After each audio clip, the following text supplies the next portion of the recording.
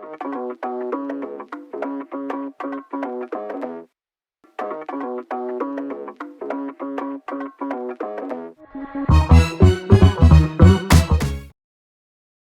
everyone, welcome to Suwalif Space.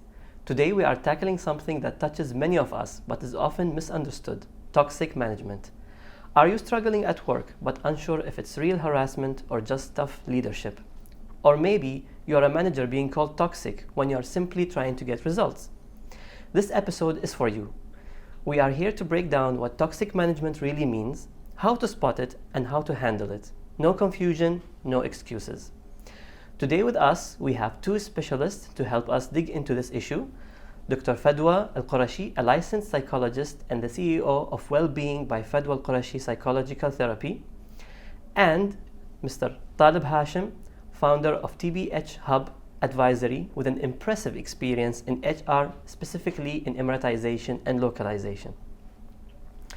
Let us now get straight to the heart of the matter with our experts. How would you define toxic management? A toxic manager is a person or supervisor that causes harm to the individual, to the team and the employees, to their mental health, to their well-being.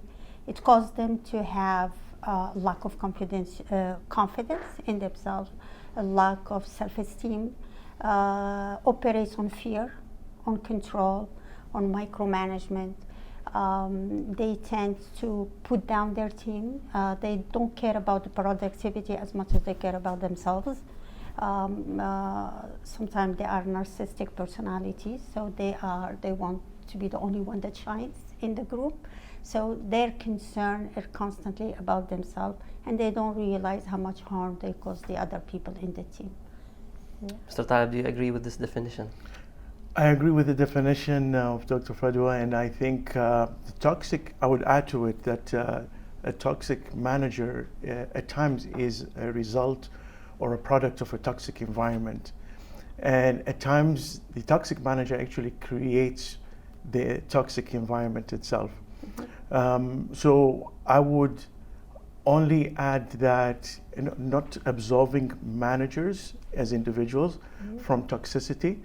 I think it's also a topic of the organizational culture and what it creates, and it produces this toxic manager who works on the set of beliefs that you have mentioned. So that is one. And the other thing about toxic and toxic management, I would say it is also, and this is a point of view that is a little bit controversial from my side, it is also sometimes cliched. And it's a perception by employees where they feel that if they don't get what they want to get, the environment is toxic. And so I agree with all of that, but I think the definition of toxicity at times is confused. Or biased, especially against managers themselves. That's what I said. But let's say from an employee perspective, what are the early signs of toxic management? If you feel like you don't have clear guidelines, if you feel that there is no communication, if you feel constantly attacked or undermined in your job, that you start feeling that you're not good enough without clear guidelines of how you can improve without the resources given to you.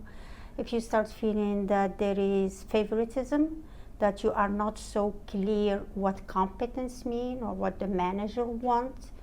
Sometimes there is confusing messages. There are many ways how you can turn an environment at work toxic and make some people outcast from the group, so they feel it's only happening to them, creating the mentality of fear. I'm going to lose my job if I spoke or I contradict.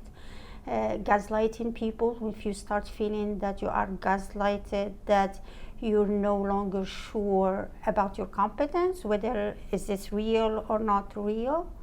And there are a lot of symptoms that comes with that. Are these the same symptoms that would align with the management perspective of toxic management, or HR perspective, let's say? Yes, these are exactly the symptoms. And for HR, it's also indicative at times of a manager who is not prepared to manage employees. And that is actually a symptom of a bigger problem where you talked about favoritism.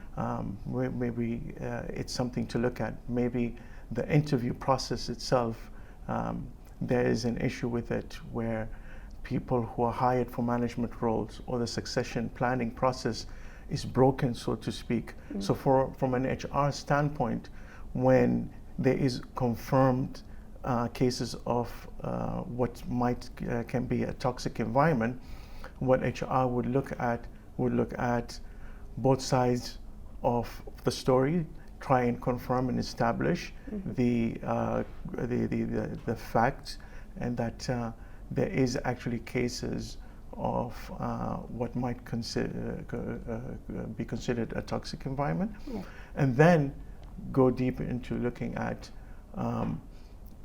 what might be the cause. There be bias, there be an issue with the manager not being prepared for actually playing the role that they should be playing, or could there be an issue with the process of succession planning or recruitment. And for HR, it's very important because HR cares about performance, it cares about employee well-being, and it also cares about costs, bottom line, and retention, especially. By losing an employee, it's a cost on the organization itself.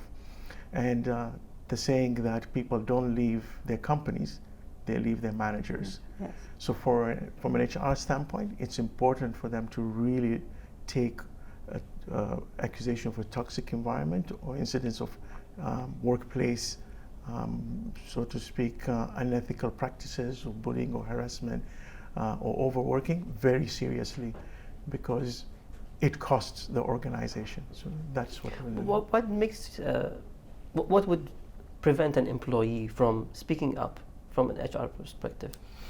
There are a lot of instances. So I was an employee first.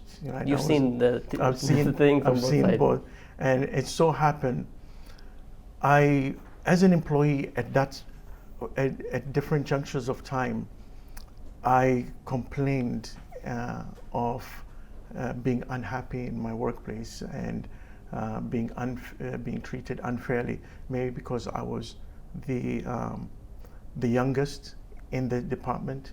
I was the minority, being a UAE national in that particular department.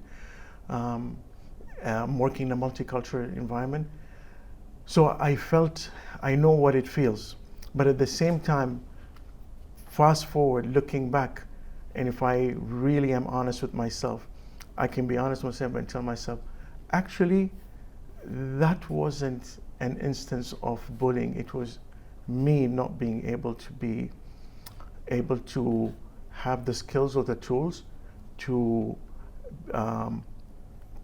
exercise self-leadership, to set boundaries, to talk, because I had the perception, because I was a junior, I was young, nobody wants to listen to a young person. And this is a perception that is created by not only managers, but the culture, but the culture itself. So one is this perception that as a junior, I don't have the voice to talk. Job security is one of the top concerns of people, residents in the UAE today, job security. And so there is this worry that I might lose my job. And then there is the third thing, where you have an environment where the culture is, let's get on with it, and you don't want to feel that you're left out. So these are mainly the reasons that would stop an employee from actually communicating. And I totally agree. And if you look at the layers underneath it, you're talking about the culture that this person, before entering the company, Yes. came with. Before he become an employee, he is somebody that comes with a lot of things. So they may fear to report to HR because of fear of losing a job, because of stereotype, because they are already burdened with their families, Yes. because they come from a culture that they don't say no, They don't know how to stand up, and you see it in a company where there is Westerners and the others. Westerners are more likely to challenge because they come from a culture that allows that. Yes. So they don't even question not challenging, while another person will completely not say anything and just allow any kind of toxicity to happen. And that's it's engaging in the relationship, even with the toxic manager. I don't believe people are just bad, but sometimes you put two things together and they tend to bring the worst of each other. One will just not speak out and feel dominated and feel controlled and then lose their self-esteem, while the other person will just empower them and continue to aggress them and what have you. So is it safe to say that in some incidents, some employee would, let's say, use toxic management as an excuse for their laziness?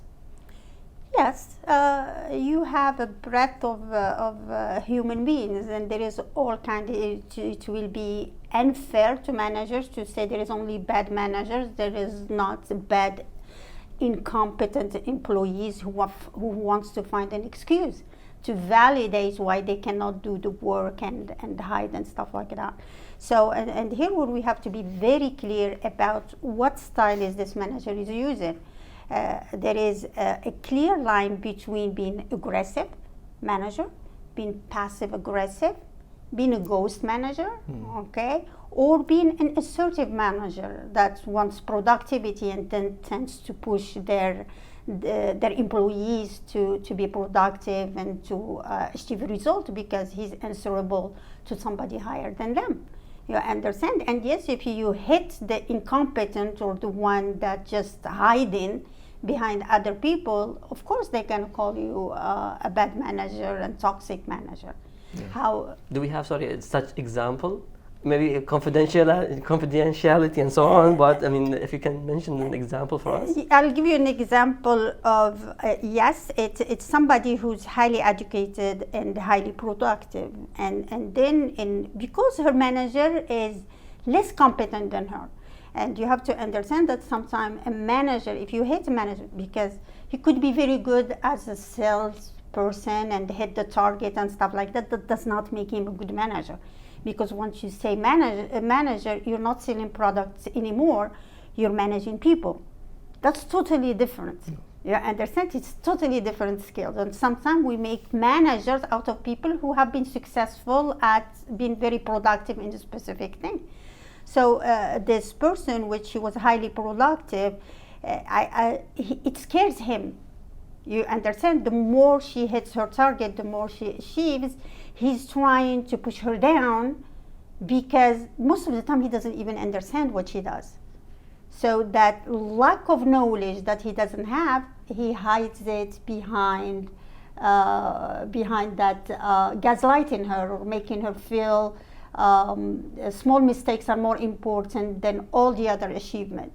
So he discounts the positives in this case.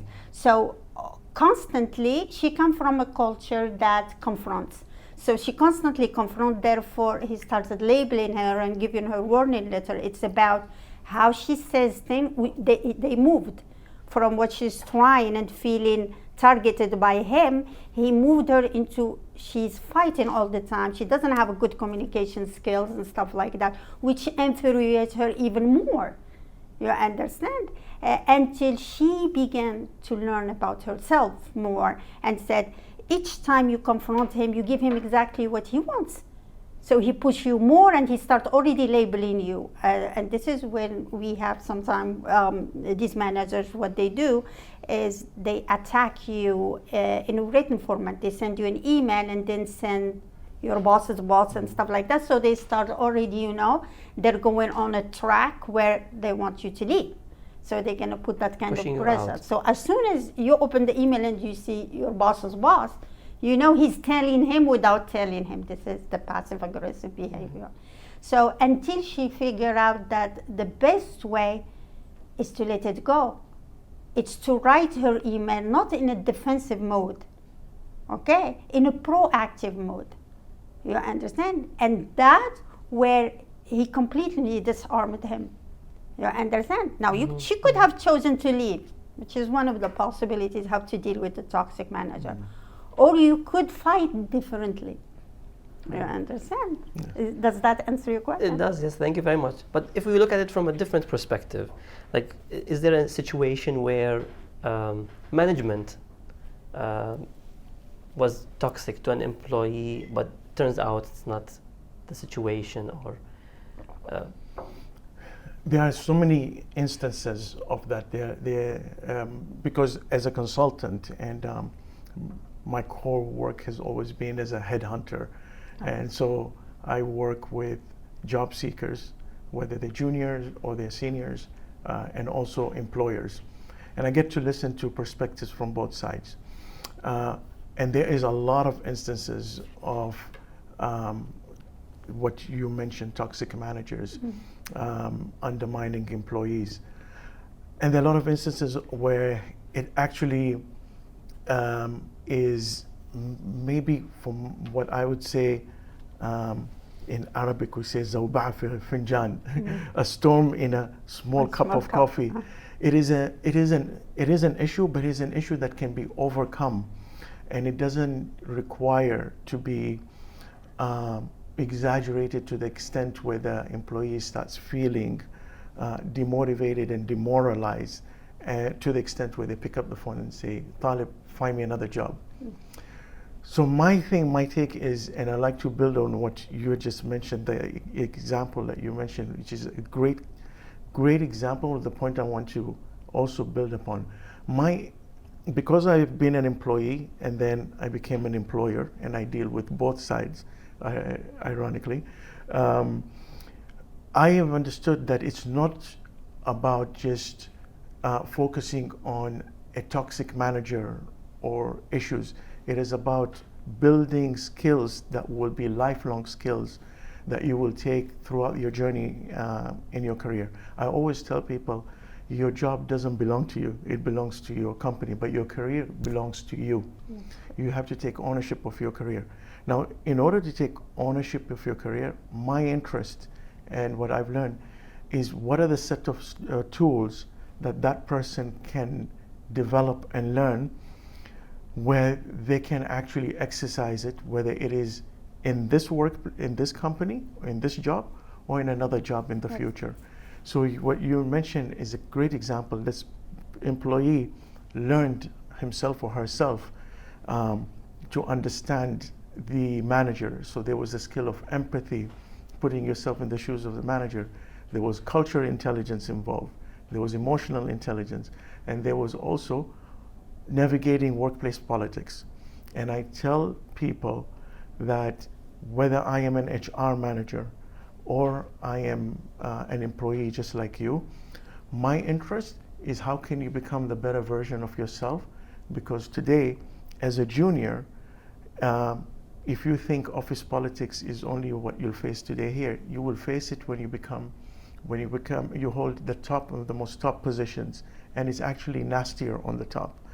And the people who get to the top don't get there just because they decided to backtrack at the first challenge of a difficult employer, right? They did that by actually learning the skills, what you mentioned, the cultural intelligence, emotional intelligence, resilience, fragility, in order to. So my message is always about how can you develop self-leadership rather than getting stuck into the blame game. And as HR, that's what I want to do. I want to be able to develop people who can become future leaders.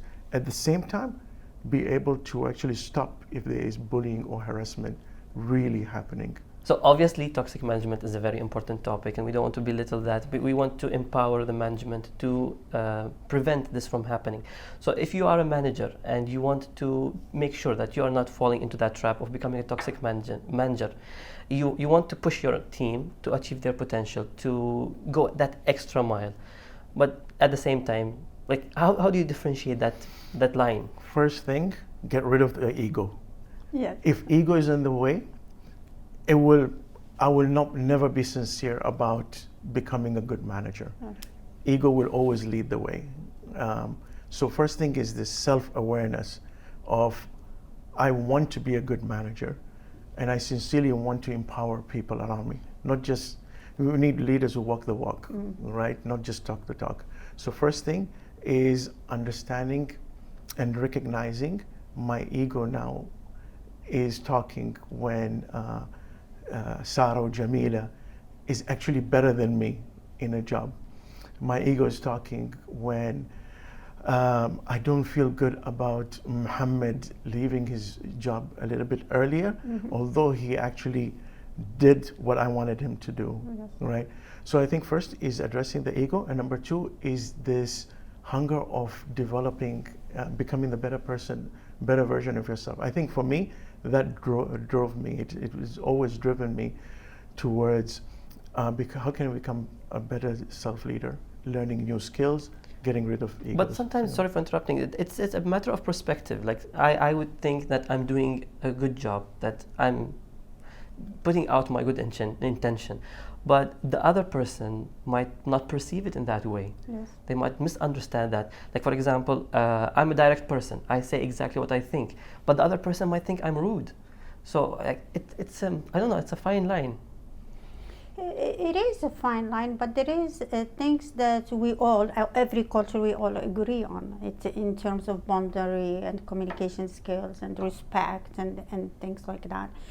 You'll find always somebody who will agree with you and another person who doesn't agree. Like even in the assertive style or people who are very structured, you find an employee who like that.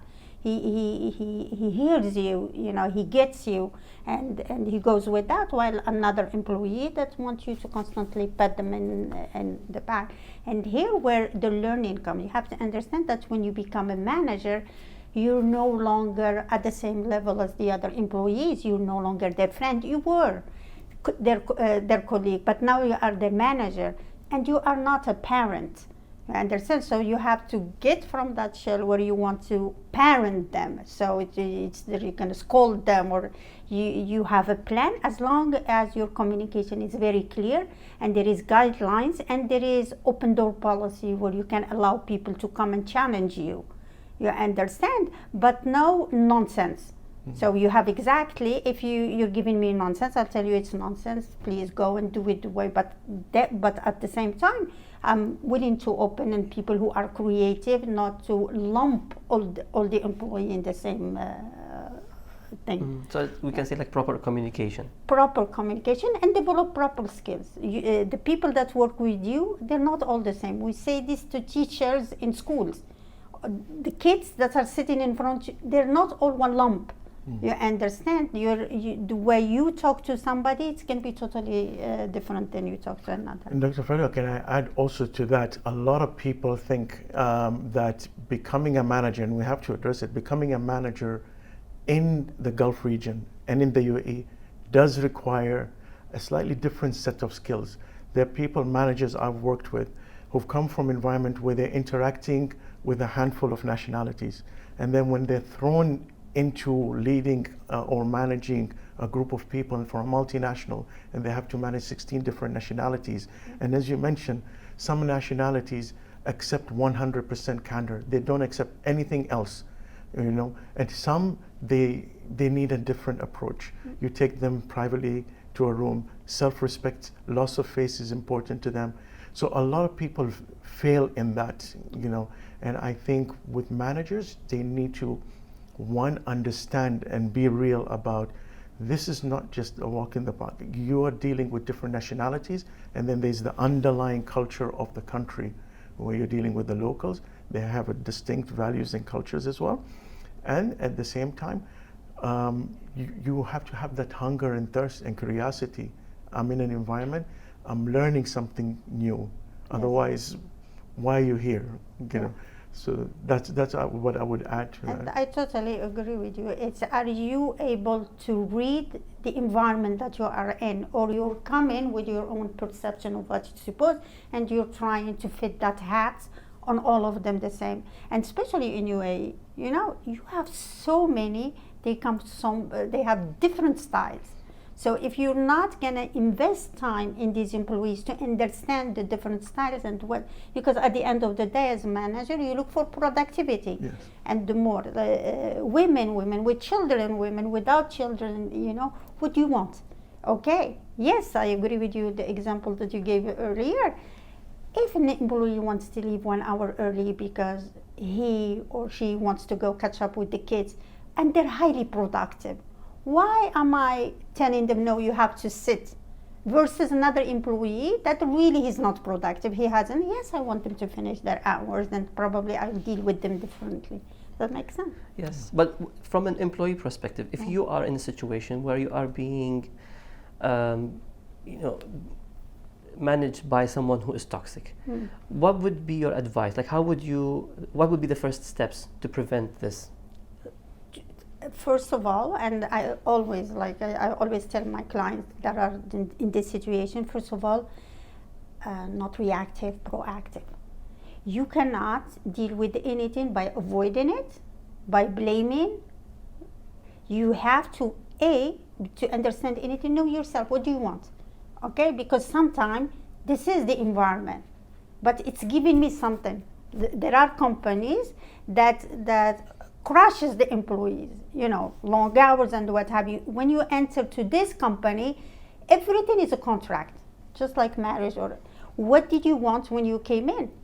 What would make you stay? Is it the pay? Is it other benefits that you get? Know yourself first. Second, develop yourself. Before you deal with another person, a manager, deal with yourself. How are you going to respond? You know, what would work again with that person? Because if you confront a manager that is aggressive, it's just going to blow out of proportion. Are you ready to leave? Because you may do that if you're ready to leave. So it's very important that you know yourself, you work on yourself, then you decide which path you want. But that would not change the management. So you mean like we have to change our attitude towards them? Yes, because in every relationship it takes two to tango. There is no abuser if there is no victim, somebody that says it's okay for me to be a victim. You understand? And here where you asked earlier, did some people push back and they stayed in the company and they tried? Yes. You understand? It is often that I work with people how to actually either leave because you have better opportunities. And again, the makeup of people, some people can push back, others cannot push back. You understand? Or some people that actually push back, asked for a raise and stuff, and they get all of the above. You understand? But if we look at it from the HR perspective, then, I mean, I know always HR is put out to be the villain, unfortunately. Yes. They are the ones who reject our leaves, reject our increments, and so on. But as an HR, you have a responsibility towards the team. So if you, first of all, how would you identify if there is some toxic management going on in the organization? And the second part would be, how would you deal with it? So recognizing if there is repeat incidents and complaints about that particular manager, that would be one flag. The second is HR needs to go back to its most basic roots. Back when factories were built, and it used to be called personnel department. When HR was built, it was actually personnel department. It's actually a department to listen to people's gossip. What do people talk and say about Muhammad and Abdullah? Are they creating a union?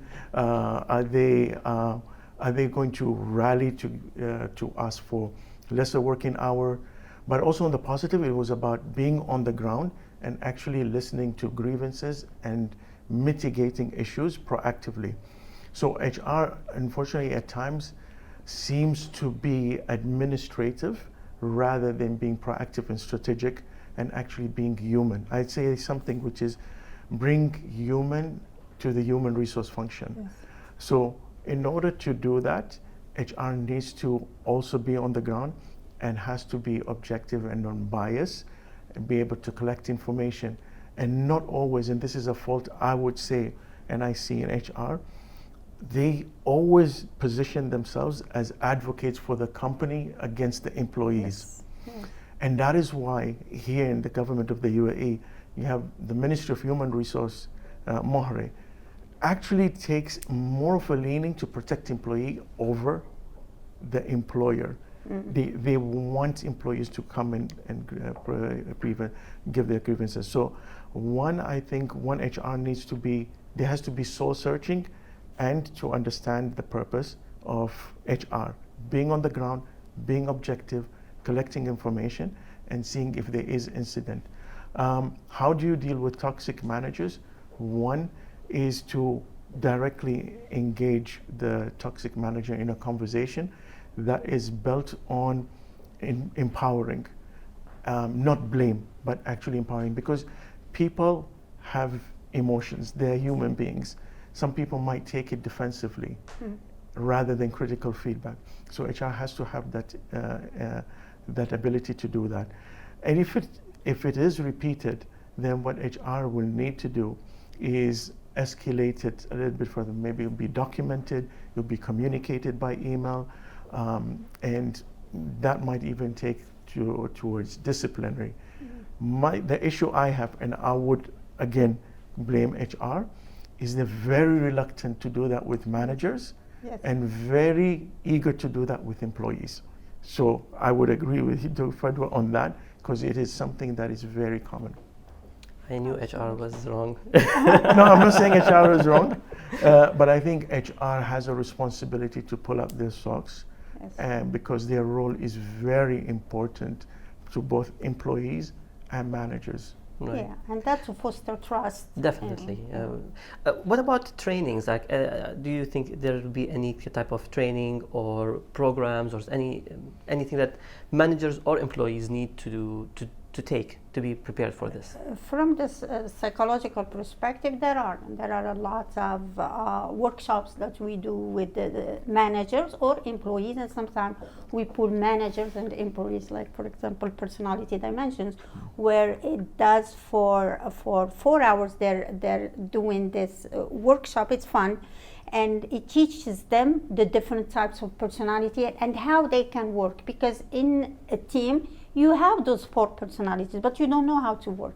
We tend to always want to work with like people.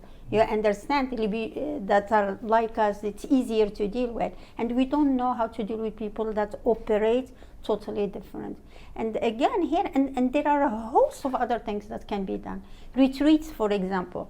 Taking the managers, so you can foster that kind, closer relationship. Yes, closer relationship, collegiality, and all of that. People in a relaxing environment where you do different games, different activities, different learning experiences, and what have you. Many things. The tools are available, but not always. Again, and we go back to HR, and I don't mean to vilify HR, but because HR deals with employees, with their managers. But sometimes they are so swamped with paperwork and pages and pages of insurance and other things that they leave the most important person, which is the people.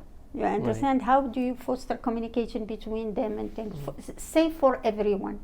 So if I'll answer the training part, 2 gaps I've observed from employers. One, to managers, an area for development is the cultural intelligence and culture integration skill managers will need to have, especially when they're managing multicultural environment. And this is something that we've seen managers call us for quite frequently. It's a powerful skill to have. The second is work readiness, or the soft skills. What used to be called soft skills, but now HR calls power skills. And you'll be surprised, and it's everything from communication, time management, dealing with multicultural environment, self-leadership, and so forth. So that is something in terms of training. Those are 2 training programs that I feel are very important today. Thank you both for sharing your insights today. Toxic management is a complex issue with no easy answer, but understanding the realities help us all navigate better. To our listeners, recognize the signs, trust your instinct, and remember that seeking help is a strength, not a weakness. Until next time, take care and stay informed. Thank you.